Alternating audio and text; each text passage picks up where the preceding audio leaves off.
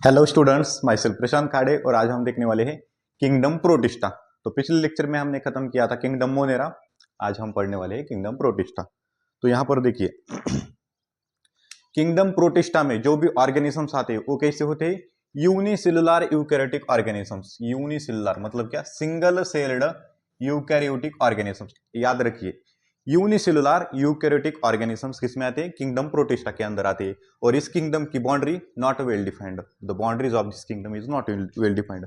मतलब यहां पर देखिए, अब हमने देखा क्लोरेला एंड स्पिरुलिना, ये क्या है? यूनिसेलुलर अलगी है। क्या है? यूनिसेलुलर अलगी। अलगी है तो ये किंगडम प्लांटी में आती है।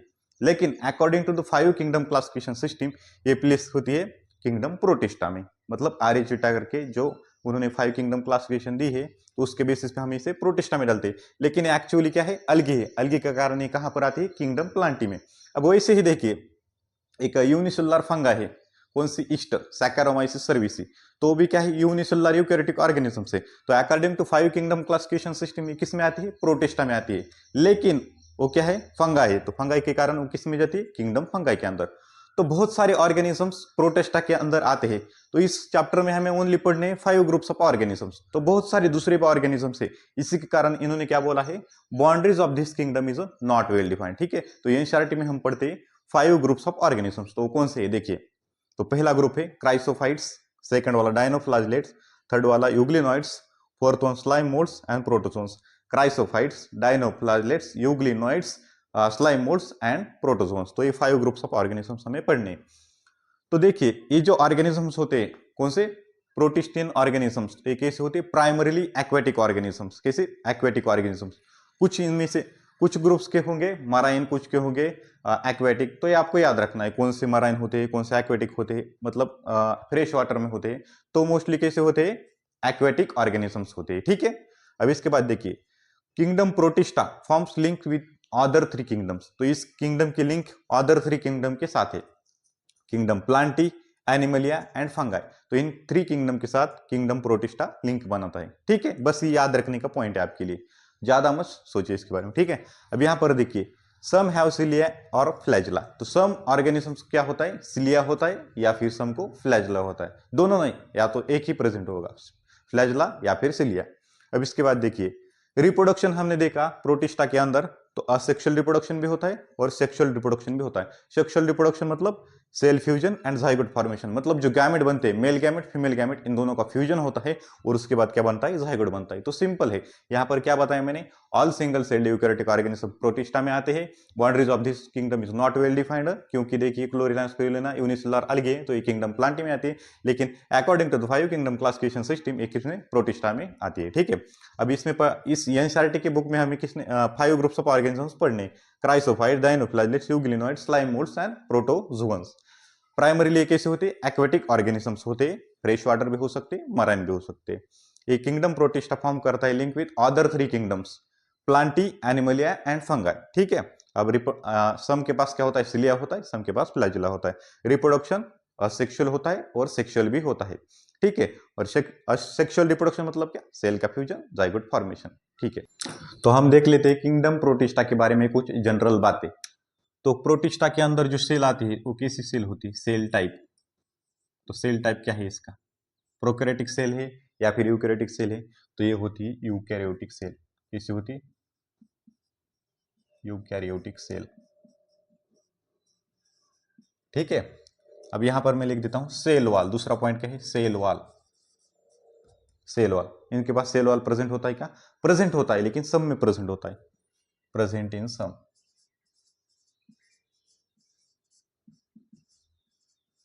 मतलब कुछ ऑर्गेनिजम्स के पास सेल वॉल एब्सेंट होता है। ठीक है, तो इसके बाद हम देख लेते हैं इसका कंपोजिशन। अगर सेल वॉल प्रेजेंट हो तो इस सेलुलोज से बना होता है। किससे? सेलुलोज से। सेलुलोज लाइक अ ग्रीन प्लांट। ठीक है, अब इसके बाद हम देख लेते हैं न्यूक्लियस। ओबियस सी बात है, अगर इसके मतलब ये यूकैरियोटिक सेल है तो इसके पास क्या होना चाहिए? न्यूक्लियस प्रेजेंट होना चाहिए। तो न्यूक्लियस क्या होता है? प्रेजेंट होता है। ठीक है, अब इसके बाद हम देख लेते हैं बॉडी ऑर्गेनाइजेशन। बॉडी ऑर्गेनाइजेशन मतलब क्या? यूनिसेलुलर ऑर्गेनिज्म से या फिर मल्टीसेलुलर ऑर्गेनिज्म से। Body organisation. तो बॉडी ऑर्गेनाइजेशन क्या है, प्रोटिस्टा में क्या आते हैं, all unicellular organisms, unicellular organisms.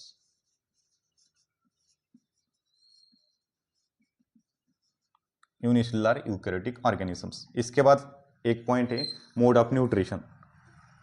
तो इसका न्यूट्रिशन कैसा होता है देखिए, तो इसके अंदर होता है autotrophic, autotrophic and heterotrophic.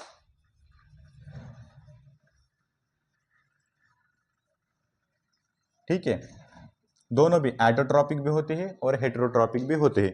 Autotrophic अगर ये हुए तो ओनली फोटोसिंथेटिक होती है। क्या, फोटोसिंथेटिक, फोटोसिंथेटिक। समझ में आ गया। सेल टाइप यूकैरियोटिक सेल होती है, सेल वॉल प्रेजेंट होता है स्तंभ के अंदर, हुआ तो ये सेलुलोज से बना होता है, न्यूक्लियस प्रेजेंट होता है, body organisation unicellular, nutrition, mode of nutrition कैसे होता है, एटोट्रॉपिक एंड हेटेरोट्रॉपिक। एटोट्रॉपिक हुई तो फोटोसिंथेटिक। तो ये थी जनरल बातें प्रोटिस्टा के बारे में। ठीक, अब तक जो हमने देखा वो थी जनरल बातें किंगडम प्रोटिस्टा के बारे में। अब हम देखने वाले हैं chrysophytes, first group of organisms में हम देखने वाले हैं। तो क्राइसोफाइट्स में कौन से ऑर्गेनिजम्स आते हैं देखिए, डाइटम्स एंड गोल्डन अलगी। गोल्डन अलगी को ही हम बोलते हैं डेस्मिड्स। तो ये दो ऑर्गेनिजम्स किसमें आते हैं, क्राइसोफाइट्स के अंदर आते हैं। अब यहाँ पर देखिए, ये ऑर्गेनिजम्स फ्रेश वाटर में भी होती है और मराइन वाटर में भी होती है, found in fresh water as well as marine water. तो दोनों वाटर में प्रेजेंट होते हैं। उसके बाद देखिए, ये माइक्रोस्कोपिक ऑर्गेनिजम्स होते हैं और फ्लोट करते हैं पैसिवली इन वाटर करंट। ठीक है, मतलब जिस तरफ वाटर का प्रवाह है उस तरफ ये पैसिवली बहते रहते हैं। ठीक है, तो आपको अच्छे से याद रखना है, माइक्रोस्कोपिक मतलब बहुत छोटे छोटे ऑर्गेनिजम्स होते हैं और फ्लोट करते हैं पैसिवली। ठीक है, अब यहां पर देखिए, most of the this organisms कैसे होते हैं, फोटोसिंथेटिक होते हैं। फोटोसिंथेटिक याद करना है आपको, most of the organism photosynthetic होते हैं। अब इसमें भी हम डाइटम्स के बारे में देखें तो डाइटम्स का जो सेल वॉल होता है वो दो सेल तैयार करता है, टू थिन ओवरलैपिंग सेल्स। वो सेल्स एक दूसरे के ऊपर ओवरलैप होती है। ठीक है, तो दो सेल बनाता है, एक दूसरे के ऊपर ओवरलैप होते हैं और ये दो लेयर फिट होते हैं एक दूसरे के अंदर एज लाइक सोप बॉक्स। मतलब जो सोप रखने का हमारा बॉक्स होता है एक दूसरे के अंदर ऐसा कैसे फिट होता है, उस तरह ये जो सेल होती है ओवरलैपिंग सेल्स एक दूसरे के अंदर ऐसी फिट होती है। ठीक है, अब यहां पर देखिए, ये जो वाल होता है ये एम्बेडेड होता है सिलिका के साथ। ठीक है, और इसके कारण इसका वाल कैसा होता है, इनडिस्ट्रक्टिबल वाल होता है। इनडिस्ट्रक्टिबल, अच्छे से याद रखिए, इनडिस्ट्रक्टिबल मतलब ये डिस्ट्रक्ट नहीं होता, इसका वाल खराब नहीं होता क्योंकि ये सिलिका के साथ एम्बेडेड होता है। ठीक है, तो यहां पर देखिए, क्राइसोफाइट्स के अंदर आते हैं दो डाइटम्स एंड गोल्डन अलगी डेस्मिड्स। ये कैसे होते हैं, माइक्रोस्कोपिक ऑर्गेनिजम्स होते हैं, फ्लोट करते हैं passively in water current. Microscopic and float passively in water current, इसी के कारण हम इसे बोलते हैं प्लैंकटन। ठीक है, अभी फ्रेश वाटर में भी होते, मराइन वाटर में भी होते। अब डाइटम्स, हाँ डाइटम्स के बारे में हमने देखा, तो ये डाइटम्स कैसे होते हैं, उनका जो सेल वॉल होता है वो क्या बनाता है, टू थिन ओवरलैपिंग सेल बनाता है, वो एक दूसरे के अंदर कैसी सोप बॉक्स जैसी फिट हो जाती है। ठीक है, अब इसका जो वाल होता है ये एम्बेडेड होता है सिलिका के साथ, इसके कारण इसका वाल कैसा, ये इनडिस्ट्रक्टिबल वाल होता है। तो ये बहुत ही इंपॉर्टेंट पॉइंट है, आपको अच्छे से याद रखना है। तो बहुत बार ये पॉइंट देखिए, ये पॉइंट आया हुआ है इसमें से, ये तो आया हुआ है, तो ये बहुत ही इंपॉर्टेंट पॉइंट है, मतलब कौन सा भी पॉइंट उठा के आपको इसके ऊपर क्वेश्चन दे सकते हैं। ठीक है, अब इसके बाद हम आगे देखते हैं। अब यहां पर देखिए, तो अब ये तो हो गया डाइटम्स के बारे में। अब आगे भी देखिए, अब ये जो सेल वॉल था डाइटम्स का, जहां पर भी डाइटम्स होते हैं वहां पर क्या, large amount of cell wall deposit होता है। जिस जगह पे भी ये डाइटम्स थे उस जगह पे क्या होता है, उनका सेल वॉल डिपॉजिट हो जाता है। ठीक है, तो डाइटम्स यहां पर मैं लिख देता हूं point, diatoms have left behind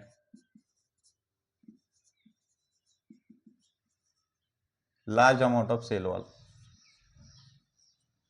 large amount of cell wall।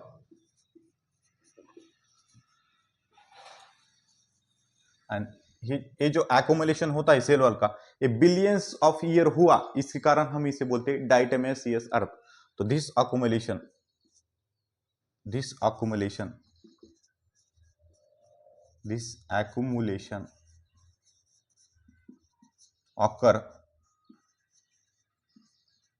occurs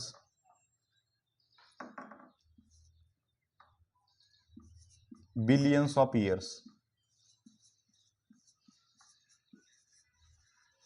तो इसी कारण हम इसे बोलते हैं डाइटेमेसियस अर्थ, referred to as डाइटेमेसियस earth.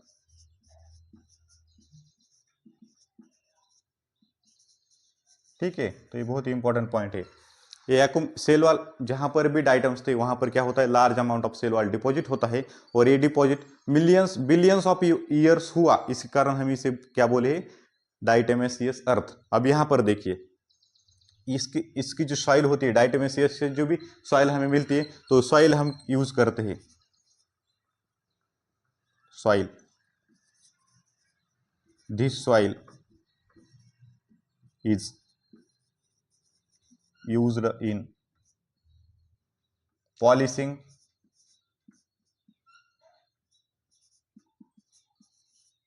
filtration of oil, filtration of oils and syrup, क्या सिरप। तो ये हो गए इतने इंपॉर्टेंट पॉइंट। अब यहां पर एक मैं बहुत ही इंपॉर्टेंट पॉइंट लिखने वाला हूं। डाइटम जो होते हैं, क्या डाइटम्स क्या होते हैं, चीफ प्रोड्यूसर्स होते हैं ओशन में, चीफ प्रोड्यूसर्स इन ओशियंस। अब अर्थ पे हमने देखा तो प्लांट्स होते हैं प्रोड्यूसर्स, समझ में आ गया, फोटोसिंथेसिस करते हैं और फूड बनाते हैं, कौन, प्लांट्स बनाते हैं अर्थ के ऊपर।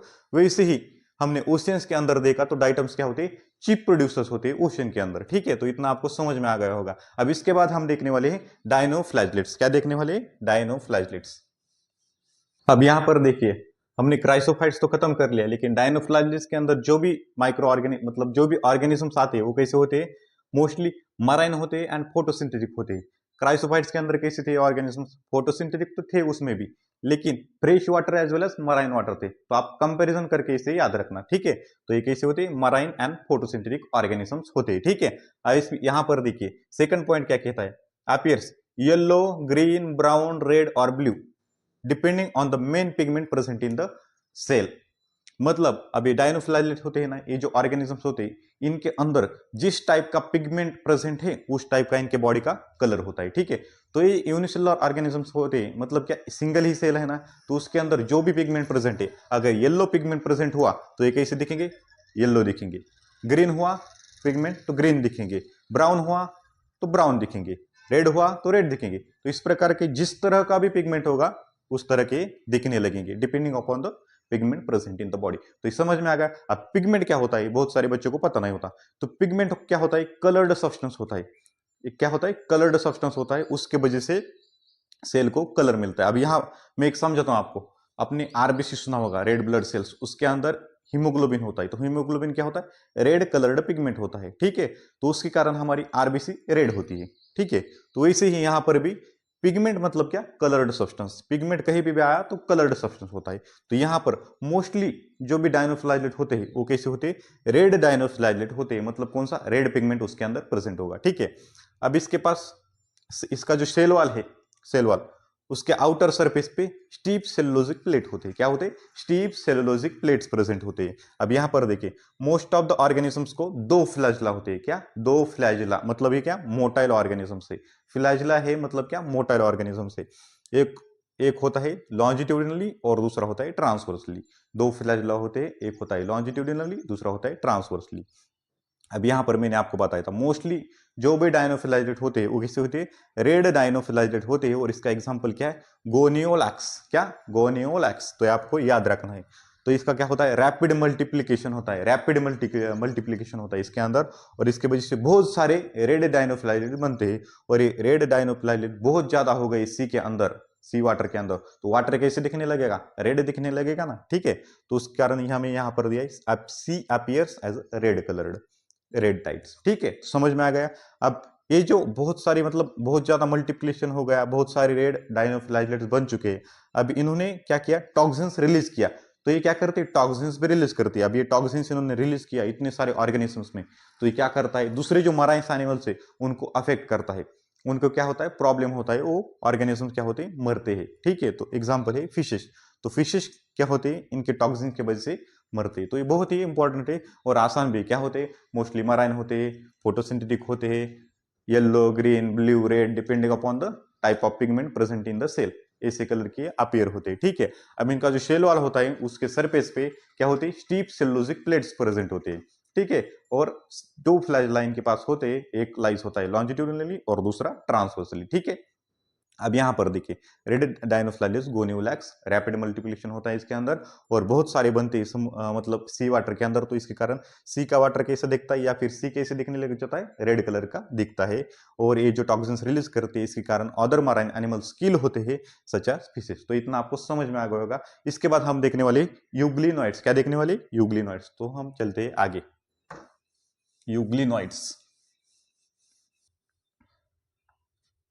हमारा यहां पर लिखने में बहुत ज्यादा टाइम जा रहा है, इसलिए मैं डायरेक्टली यहां पर लिख रहा हूं और फिर आपको समझा रहा हूं। ठीक है, तो हमारा टाइम उसमें बच जाता है। ठीक है, तो हम अब देखने वाले हैं थर्ड ग्रुप ऑफ ऑर्गेनिजम्स। कौन से होते हैं? यूग्लिनोइड्स।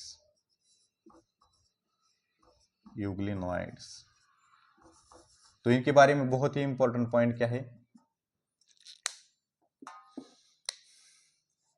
तो ये क्या होते? Connecting link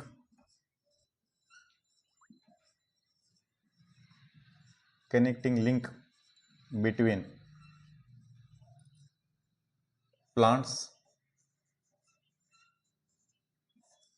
and animals.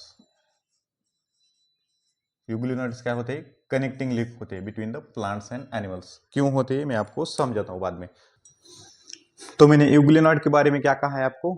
ये क्या होती है? Connecting link between the plants and animals. तो यहाँ पर देखिए मेजोरिटी ऑफ द ऑर्गेनिजम्स ये होते हैं यूग्लिनोइड्स। ये कैसे होते हैं? फ्रेश वाटर ऑर्गेनिजम्स होते हैं। मेजोरिटी कैसे होते हैं? फ्रेश वाटर ऑर्गेनिजम्स होते हैं। Fresh water organisms. ठीक है, फ्रेश वाटर ऑर्गेनिजम्स होते हैं और ये भी कहाँ पाए जाते हैं? Found in stagnant water. Found in stagnant water, यहां पर लिखता हूं मैं स्टैग्नेंट वाटर।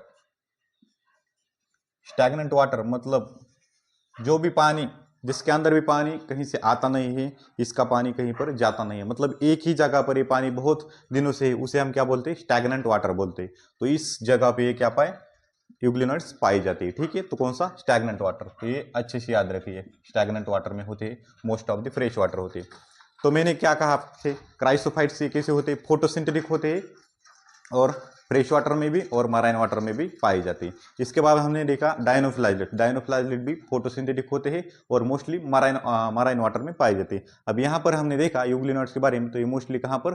फ्रेश वाटर में पाए जाते हैं। मेजोरिटी कहाँ पर? फ्रेश वाटर में पाए जाते हैं और ये स्टैग्नेंट वाटर में होते हैं। फ्रेश वाटर में भी कहा स्टैग्नेंट वाटर, मतलब बहुत दिनों से पानी एक ही जगह पर भी रहता है, उसी को हम बोलते हैं स्टैग्नेंट वाटर। तो ये समझ में आ गया। इसके बाद देखिए अब किंगडम प्रोटिस्टा के, प्रोटिस्टा को क्या होता है? सेल वॉल तो प्रेजेंट होता है ना, सेल वॉल तो उसके पास प्रेजेंट होता है।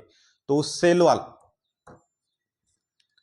अब यूकैरियोटिक ऑर्गेनिज्म में सारों के पास क्या है? Cell wall, except kingdom Animalia. अब यहां पर प्रोटिस्टा में भी सेल वॉल होता है, लेकिन इसमें एक एक्सेप्शन है। क्या है? एक्सेप्शन है। तो एक्सेप्शन क्या है देखते हैं। यहां पर इनके पास सेल वॉल एब्सेंट होता है। क्या होता है? सेल वॉल एब्सेंट होता है। तो सेल वॉल एब्सेंट होता है। ठीक है, अब सेल वॉल की जगह, सेल वॉल की जगह मराठी में यहां पर लिख देता हूं, हिंदी में आपको। सेल वॉल की जगह इंस्टेड ऑफ सेल वॉल क्या प्रेजेंट होता है? पेलिकल प्रेजेंट होता है। पेलिकल, क्या? पेलिकल। अभी पेलिकल क्या होता है? पेलिकल एक लेयर होता है, प्रोटीन रिच लेयर। क्या होता है? तो यहां पर मैं लिख देता हूं protein rich layer. Protein rich layer pellicle होता है, प्रोटीन रिच लेयर। और इस पेलिकल की वजह से क्या होती है? बॉडी इसकी फ्लेक्सिबल होती है। बॉडी फ्लेक्सिबल, यूग्लिनोइड्स की बॉडी फ्लेक्सिबल होती है। ठीक है, तो सेल वॉल एब्सेंट है, लेकिन सेल वॉल की जगह क्या पर कहा? यहाँ पर पेलिकल प्रेजेंट है। पेलिकल क्या होता है? प्रोटीन रिच लेयर होता है और इसके वजह से इसकी बॉडी क्या होती है? फ्लेक्सिबल होती है। Which makes body flexible. समझ में आ गया? तो अच्छे से लिखिए, बहुत ही इंपॉर्टेंट पॉइंट है। अब इसके बाद इसके पास क्या होते हैं, फ्लैजिला भी प्रेजेंट होती है, दो फ्लैजिला होती है, दो फ्लैजिला होते हैं, ठीक है, दो फ्लैजिला, एक होता है लॉन्ग और दूसरा होता है, दूसरा कैसा होता है, शॉर्ट होता है। तो one long and one short, तो आप अच्छे से याद रखना, ठीक है, one long and one short. तो यहाँ पर देखिए, अब सेल वॉल तो सारे में प्रेजेंट था, लेकिन इसमें सेल वॉल एब्सेंट है, उसकी जगह पेलिकल प्रेजेंट है। पेलिकल होता है प्रोटीन रिच लेयर, इसकी वजह से क्या होती है, बॉडी फ्लेक्सिबल होती है। दो फ्लैजिला, डायनो फ्लैजिलेट्स में भी दो फ्लैजिला थे, एक कैसा था, लॉन्जिट्यूडिनली प्रेजेंट था, बॉडी की लॉन्जिट्यूडिनली, मतलब उसके लेंथ के अकॉर्डिंग जो प्रेजेंट होता है। अब यहाँ पर मैंने देखा तो ये सम में मतलब लेते फॉर एग्जांपल, अब ये क्या है, लेंथ है बॉडी की, तो इसकी लॉन्जिट्यूडिनली ऐसा जो फ्लैजिला प्रेजेंट होगा उसे हम बोलेंगे लॉन्जिट्यूडिनली, और ऐसा ट्रांसवर्सली, ठीक है, समझ में आ गया? तो यहां पर भी दो फ्लैजिला प्रेजेंट है, एक होता है लॉन्ग और दूसरा होता है शॉर्ट। समझ में आ गया? अब हमने देखा तो क्राइसोफाइट्स भी फोटोसिंथेटिक थे, उसके बाद डायनोफ्लैजिलेट भी फोटोसिंथेटिक थे, लेकिन अब यहां पर मैंने फोटोसिंथेटिक है या फिर नहीं है मैंने आपको बताया नहीं, तो अभी बताता हूं, ठीक है। तो इसे एक बार अच्छे से नोट कीजिए, फिर हम आगे बढ़ते हैं, ठीक है।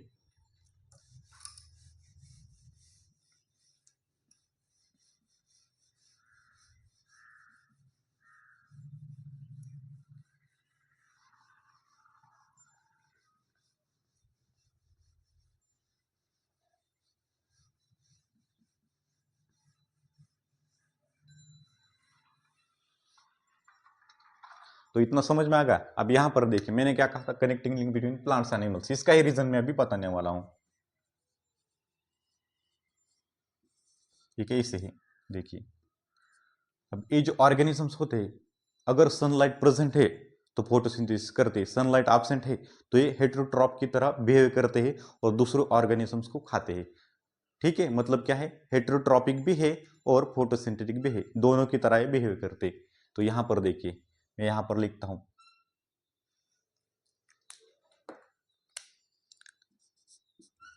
In the presence of sunlight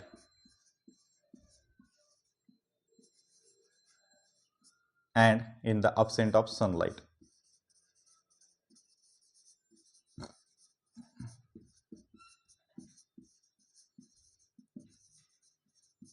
तो यहां पर देखिए, अगर सनलाइट प्रेजेंट है तो ये क्या करते हैं, फोटोसिंथेसिस करते हैं, फोटोसिंथेसिस, फोटोसिंथेसिस। और सनलाइट एब्सेंट होते हैं, behaves like heterotrophs, behaves like heterotrophs. Heterotrophs मतलब क्या, दूसरे के ऊपर डिपेंड होना, तो हेटेरोट्रॉप्स की तरह बिहेव करते हैं और क्या करते हैं, प्रीडेट्स करते हैं, दूसरे ऑर्गेनिजम्स को खाते हैं, ठीक है। तो ये क्या, हेटेरोट्रॉप की तरह बिहेव करते हैं। अभी फोटोसिंथेटिक करते हैं, मतलब इसके पास कोई तो पिगमेंट प्रेजेंट होना चाहिए, तो इसके पास भी क्या होता है, ग्रीन प्लांट में जैसा पिगमेंट प्रेजेंट होता है वैसे ही इनके पास भी सिमिलर पिगमेंट प्रेजेंट होता है, ठीक है। तो क्लोरोफिल इनके पास भी प्रेजेंट होता है, तो सिमिलर पिगमेंट प्रेजेंट इन, तो यहां पर नोट कीजिए,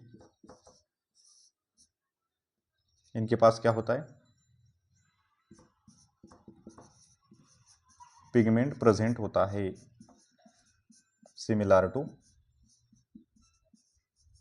सिमिलर टू हायर प्लांट्स।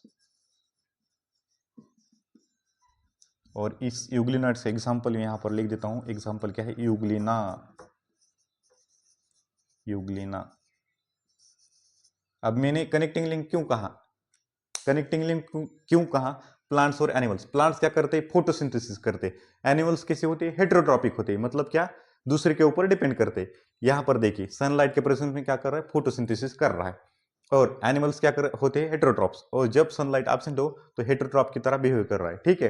तो मतलब प्लांट से इवॉल्व हुआ क्या, यूग्लिना, और यूग्लिना से बने एनिमल्स। तो ये क्या है, दोनों की कनेक्टिंग लिंक है। ये आपको अच्छे से समझ में आ गया होगा, ठीक है। तो देखिए, ये आपको अच्छे से समझ में आ गया होगा। तो आज के लेक्चर के लिए इतना ठीक है, हम नेक्स्ट लेक्चर में बाकी का रहा हुआ कंटिन्यू करेंगे। Thank you.